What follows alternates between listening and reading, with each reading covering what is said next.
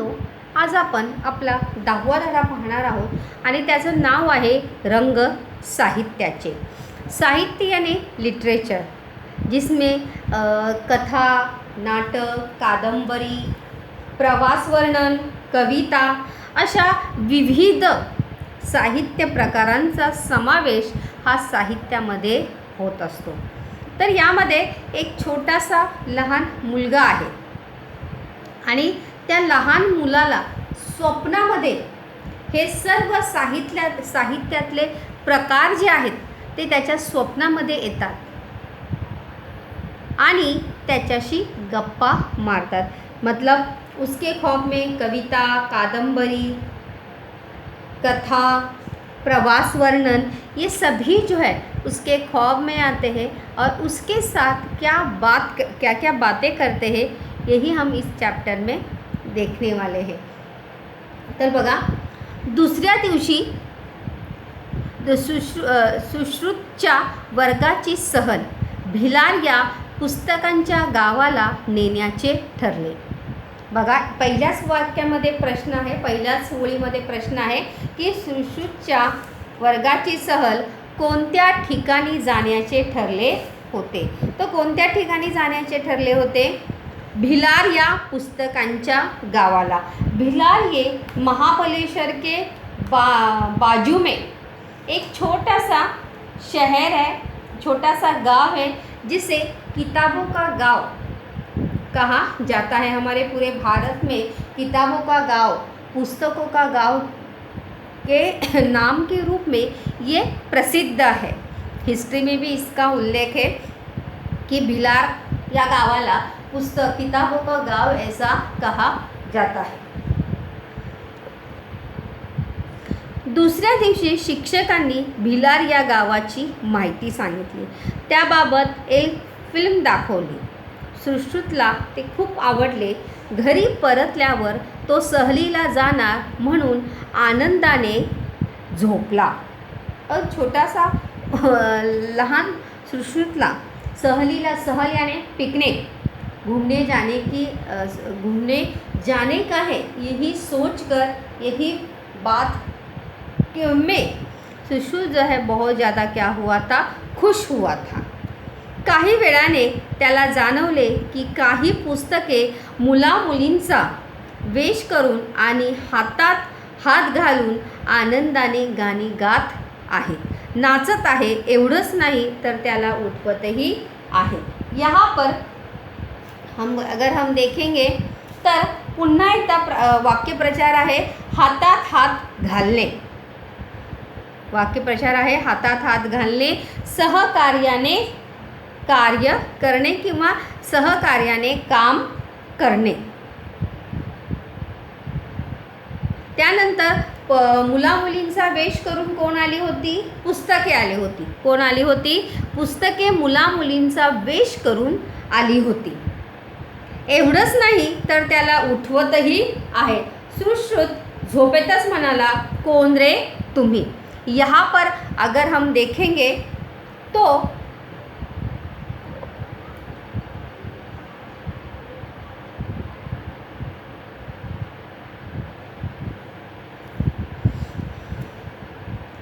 कोण रे तुम्ही हे यहाँ पर दुहेरी अवतरण चिन्ह आहे।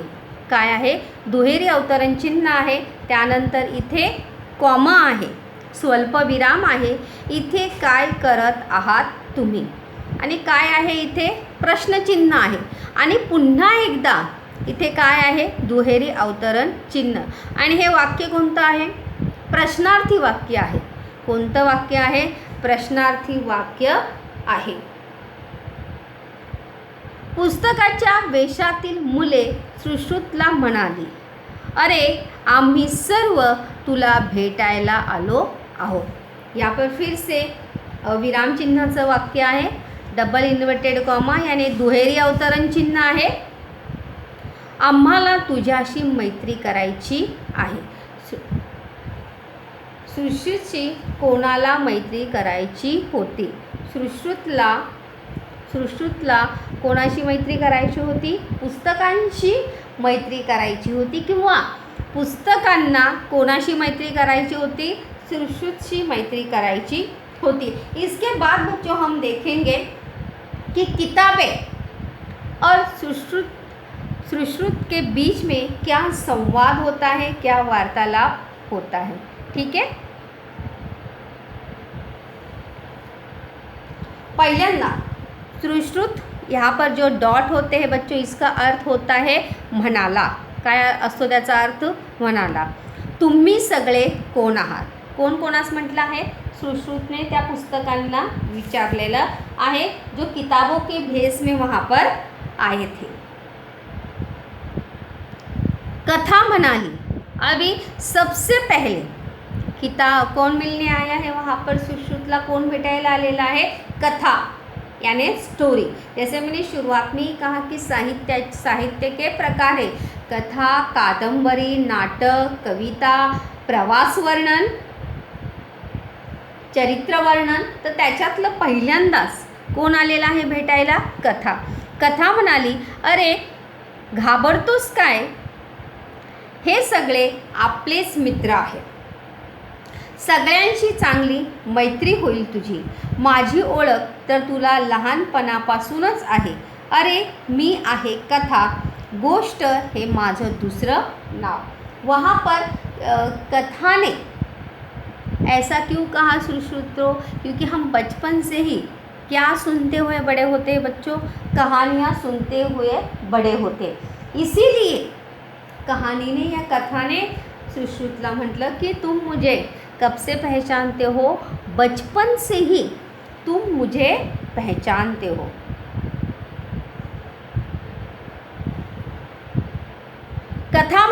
सुश्रुत म्हणाला, आपली ओळख कशी काय? लेकिन सुश्रुतला ते तुरंत ध्यान में नहीं आता है कि कथा और मेरी पहचान कब हुई, कब मेरी तिची आणि माझी ओळख कशी झाली। बघा, कथा ही स्त्रीलिंगी आहे, लक्षात ठेवा। ती कथा, तो कथा आपण म्हणतो का? ती कथा। कथा म्हणाली,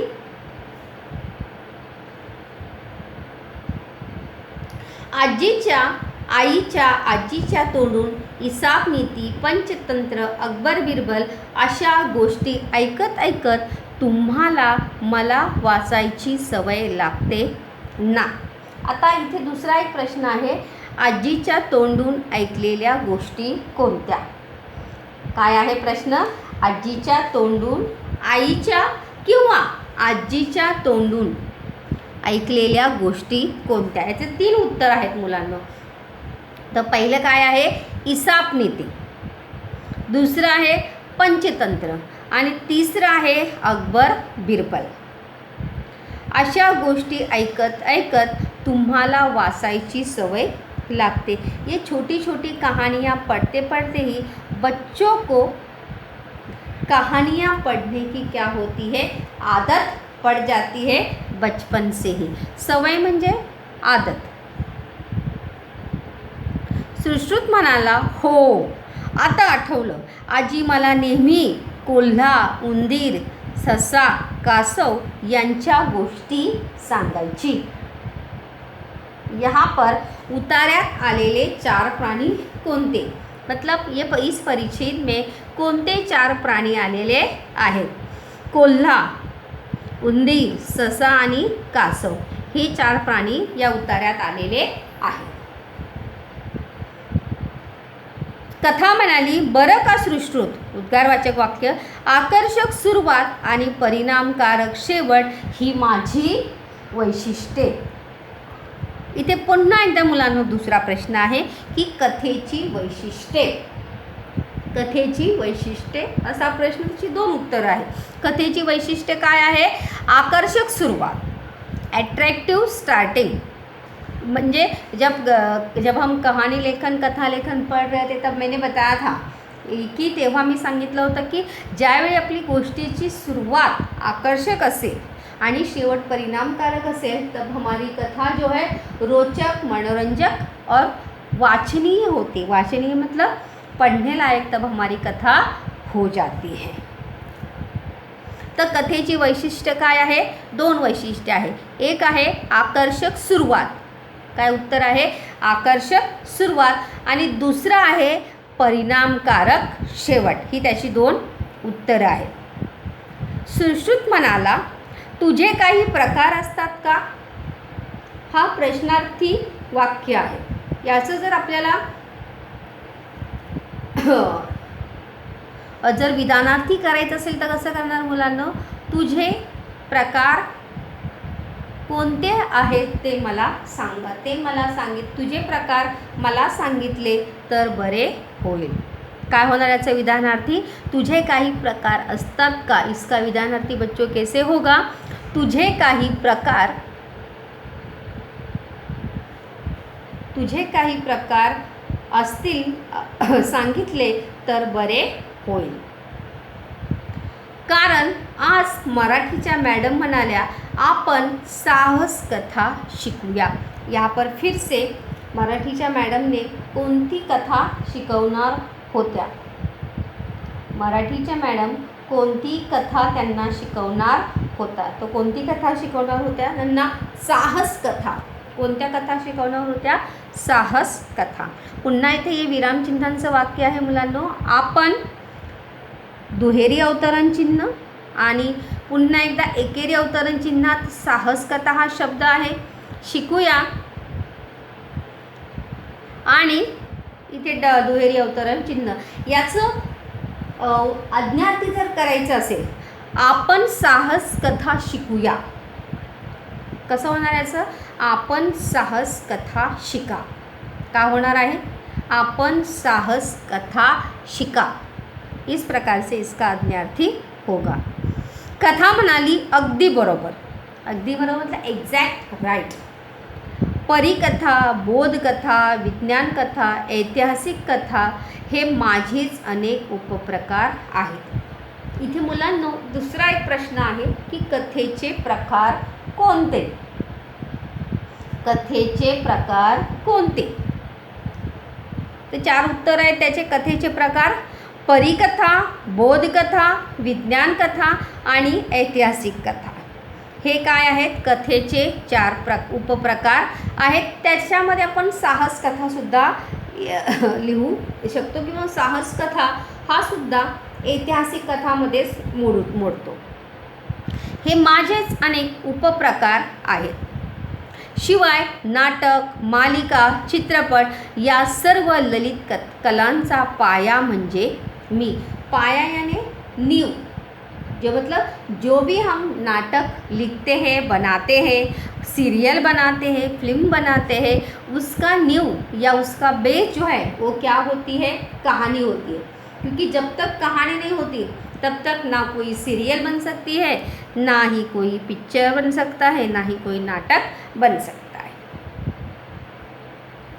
मूळ कथा दर्जेदार असल्याशिवाय कोणतीही कलाकृती उत्तम होऊ शकत नाही.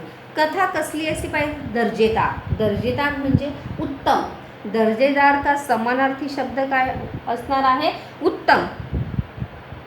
कथाचा समानार्थी शब्द काय आहे? गोष्ट. कोणतीही कलाकृती. कलाकृती याने कोई भी साहित्य कृती उत्तम होऊ शकत नाही, उत्कृष्ट होऊ शकत नाही.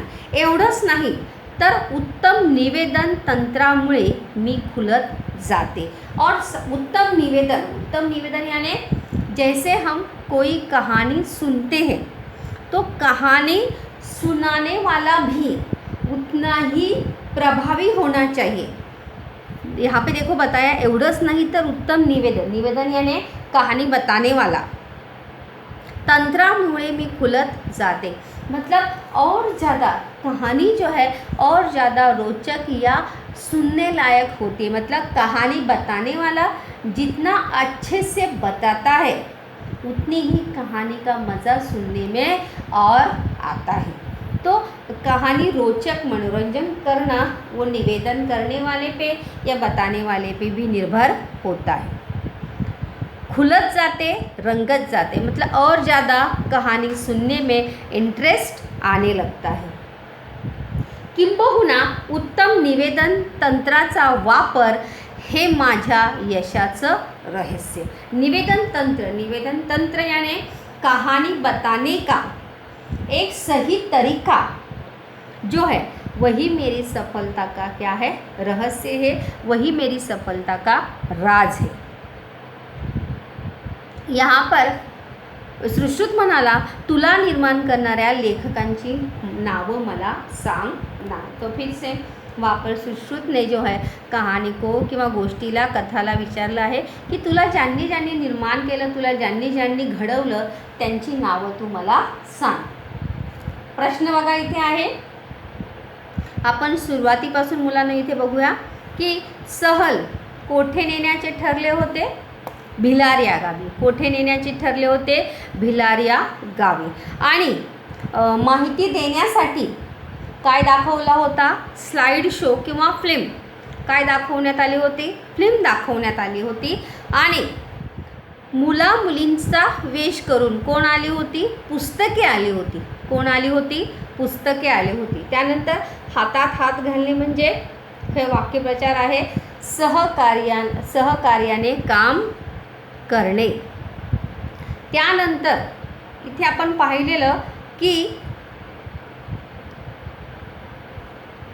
आजीच्या तोंडून ऐकलेल्या गोष्टी कोणत्या, हिसाबनीती, पंचतंत्र आणि अकबर बिरबल हे 3 त्याचे उत्तर आहेत. त्यानंतर उतार्यात आलेले 4 प्राणी, कोल्हा, उंदीर, ससा, कासव.